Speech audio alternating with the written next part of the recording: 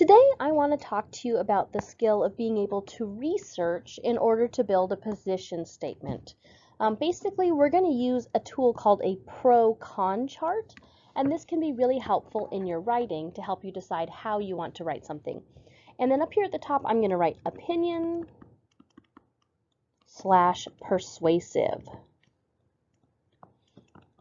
A pro-con chart is something you would use when you're writing opinion or persuasive writing in order to decide which side of the position you're going to argue.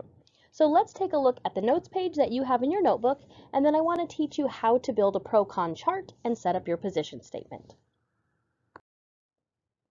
All right, so you should have the notes page that's on the left. That should be right in your writing notebook. You should have received this today, and if you don't have it, check in to get this notes page so you can get caught up. So the big idea is you would start doing this research step after you've already completed the understand step. So you should understand what it is you're writing about and understand the prompt that's being asked of you. So once you do that and you realize, hey, this is opinion writing and I understand the question I'm being asked, it's time to research. You're trying to read your sources and understand claims that you could use to support each side of the possible position. And then we're going to build this tool here, this pro-con chart. So let me show you how to set it up on a piece of paper. I like to start by just folding my paper in half. I'm going to draw a line like I'm folding it. And then trace over that line with your pen or pencil. And then draw a line at the top. Now you're going to think about the pro position and the con position. So in the piece of writing we just completed, whole class, we were writing about chocolate milk. And the question was, should schools serve chocolate milk every day? And so the pro side would be yes, schools should serve chocolate milk every day.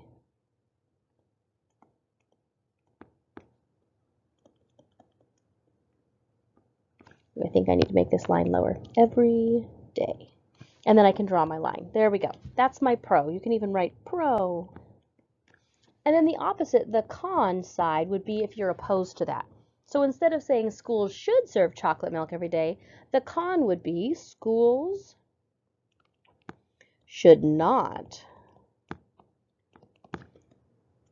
serve chocolate milk every day. So basically, we're looking at both sides of the issue. And then we're going to go in and see if we can figure out why people might argue for that side. So the first job is to research, to look for claims, and set up our chart. So my chart is set up, and then I'm going to go read all three sources. As I'm reading, I'm looking for big ideas, ideas that I could support with evidence. I don't want facts. I don't want evidence like every year 35,000 gallons of chocolate milk are drank at school. That's a fact. I don't want facts. I want big ideas. So for example, one of the claims that we came up with as a class was that schools should serve chocolate milk every day because kids love it. There was a lot of information about how much kids love chocolate milk, so we could put that over here. Kids love it. Another reason, let me put a dot to show that's one claim. Another reason we found they should serve chocolate milk is there was a lot of evidence about the nutrition in chocolate milk. So chocolate milk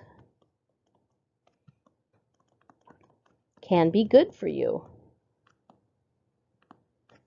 And we found facts like chocolate milk's a good source of protein, and athletes often drink chocolate milk after a big race. And we found chocolate milk's a great source of vitamin D. And so we have all these facts about how chocolate milk can be good for you. And then some of you were reading and you said that another reason for chocolate milk would be that kids who drink chocolate milk, oh no, I'm sorry, it was athletes. So the last source you guys looked at, you said athletes use chocolate milk after a race. Or maybe we could say athletes use chocolate milk to recover. That was the wording they used. To recover from sports. And then there were a bunch of facts about how bicyclists use chocolate milk and why it helps them, and why it helps endurance runners, and how it can help kids. So we have these ideas of why chocolate milk should be served every day. Now we have to think of the other side of things. I'm even going to switch colors here. The opposite of kids love it, a lot of you were saying, whoa, kids are drinking too much. So you're saying instead of kids love it way too much. Or like they can't control themselves. They can't drink a reasonable amount. Some of you were even saying kids drink it way too much. In fact, I might change that. I like that better. Kids drink it way too much. And then another thing that we said is it has way too much sugar. It has a lot of sugar. Another reason some of you said that chocolate milk should not be served every day, some of you were noticing all of the saturated fat in it and thinking about heart health, and you said it's unhealthy. And some of you even went deeper and wrote it as another claim. You wrote things like it can cause diseases.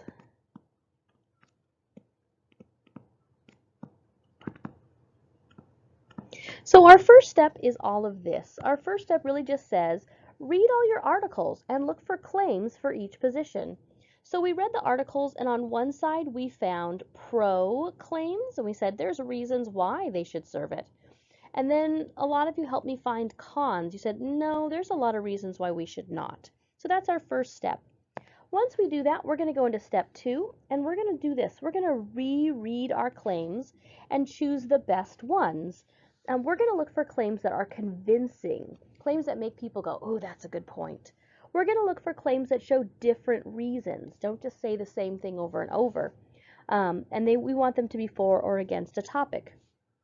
So when I look at them, the first one I could say, all right, we should serve it every day. Kids love it. That's a good reason to serve it. Chocolate milk can be good for you. That's a good reason. And athletes use chocolate milk to recover from sports. Okay, that one's iffy because we're talking about schools, but with the right reasoning, you could argue that. Okay, those all make sense. Now let's look at our con list. Schools should not serve chocolate milk every day because kids drink it way too much. Yeah, that makes sense. It has a lot of sugar. That could be a problem. It's unhealthy, and it can cause diseases. When I read those, I feel like these two kind of go together. They're saying almost the same thing. Either that or the unhealthy could go with sugar. So I think I want to cross out it's unhealthy. I think for my list, I would rather keep these 3 claims because when I tell them it has a lot of sugar, I'm saying it's unhealthy. And if I say it can cause diseases, I'm saying it's unhealthy. So those kind of mean the same thing. Once I do that, it's time to make a choice. You will choose the position you will write about to answer the prompt. So your job as a writer is to think about which position you can best support with claims and evidence. Looking at this list, you could go either way. There's enough evidence to support the pro, and there's enough evidence to support the con. Sometimes you'll read the sources and there isn't enough evidence to support both, and you'll have to pick the one that has the best claims. But this time, there's options to support both, so you get to pick. Once you decide which one you want to do, you're going to build your position statement.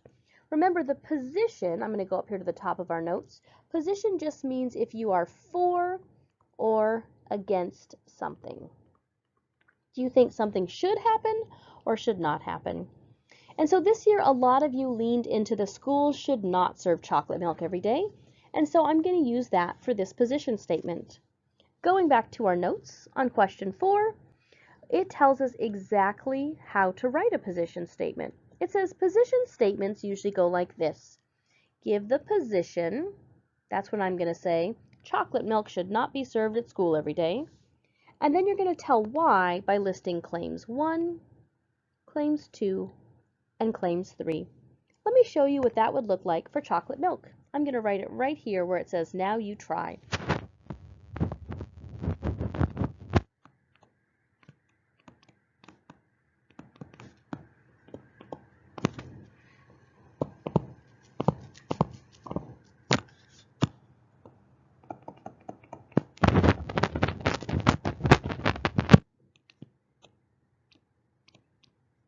All right, schools should not serve chocolate milk every day because, and now I'm going to list claims 1, claim 2, and claim 3.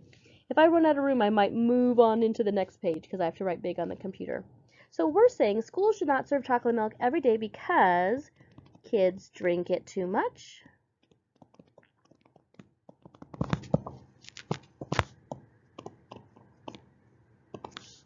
It has a lot of sugar. Oops, my lot is too close to my word a. A lot of sugar. And it can cause diseases. There we go. So looking at all of this, I'm able to use my pro-con chart and I'm able to build my position statement. So that's the next step when you are planning your essay. After you understand it, you're going to go in and build a pro-con chart and do the research to build claims for each side. After you do that, you're going to decide which position you're going to support. Are you supporting the pro or are you supporting the con? And then you're going to write your position statement. All right, it's your turn. Can't wait to hear what you have to write.